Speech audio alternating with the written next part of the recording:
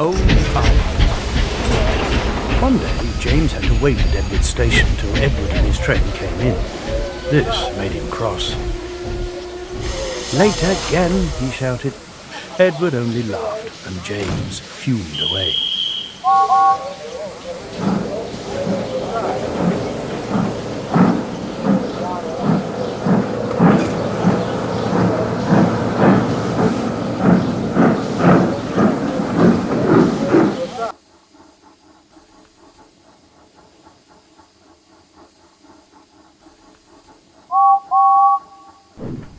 "Edward is impossible," he grumbled to the others. "He clanks about like a lot of old iron, and he's so slow he makes us wait."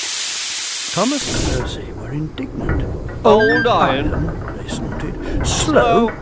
Why, Edward could beat you in a race any day." "Really?" said James huffily. "I should like to see him do it." One day, James's driver did not feel well when he came to work. He could hardly stand. The fireman drove the train to the next station. He spoke to the signalman, put the trucks in the siding, and uncoupled James, ready for shunting. Then he helped the driver over to the station and asked them to look after him and find a relief.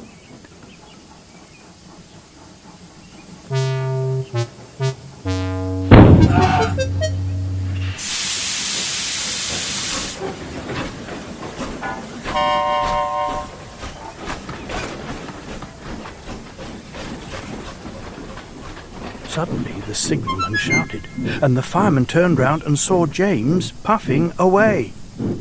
He ran hard, but he couldn't catch James, and soon came back to the signal box. The signalman was puzzled. "All traffic halted," he announced at last. "Up and down main lines are clear for 30 miles, and the inspector's coming." The fireman mopped his face. "What happened?" he asked. "Two boys were on the footplate. They tumbled off when James started. I shouted at them, and they ran like rabbits." "Just let me catch them," said the fireman grimly. "I'll teach them to meddle with..." Both men jumped as the telephone rang. "Yes," answered the signalman. "He's here." "Right, I'll tell him. The inspector's coming at once in Edward. He wants a shunter's pole and a coil of wire rope." "What for?" wondered the fireman. "Search me, but you better get them quickly." The fireman was ready and waiting when Edward arrived.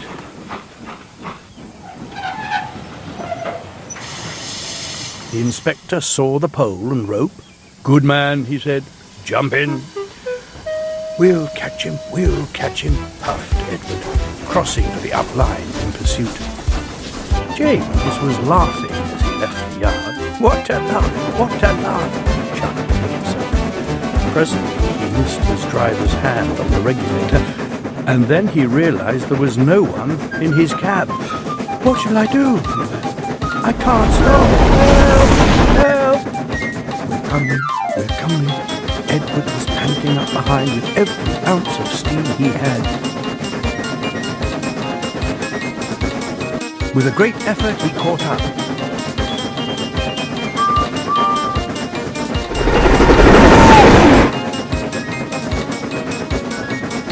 Crept alongside, slowly gaining till his smoke box was level with James's buffer beam.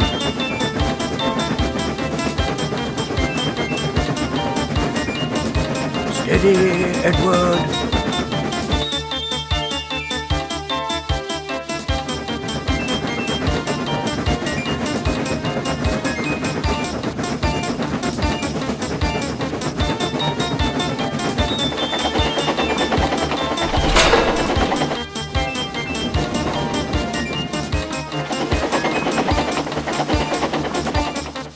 The inspector stood on Edward's front, holding a noose of rope in the crook of the shunter's pole. He was trying to slip it over James's buffer. The engine swayed and lurched. He tried again and again. More than once he nearly fell, but just saved himself. At last, got him! He shouted. He pulled the noose tight and came back to the cab safely.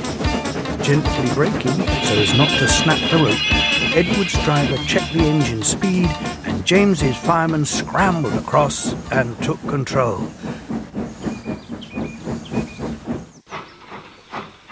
The engines puffed back side by side. "So, the old iron caught you after all," chuckled Edward. "I'm sorry," whispered James. "Thank you for saving me." "That's all right." "You were splendid, Edward." The fat controller was waiting and thanking the men warmly. "A fine piece of work," he said. "James, you can rest, then take your train. I'm proud of you, Edward. You shall go to the works and have your worn parts mended." "Oh, thank you, sir," said Edward happily. "It'll be lovely not to clank."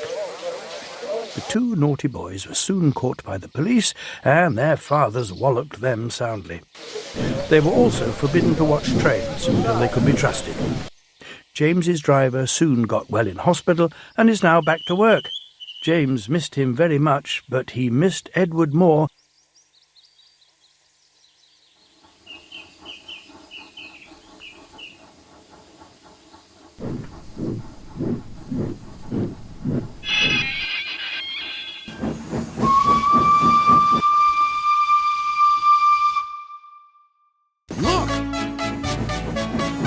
When Edward came home the other day, James and all the other engines gave him a tremendous welcome.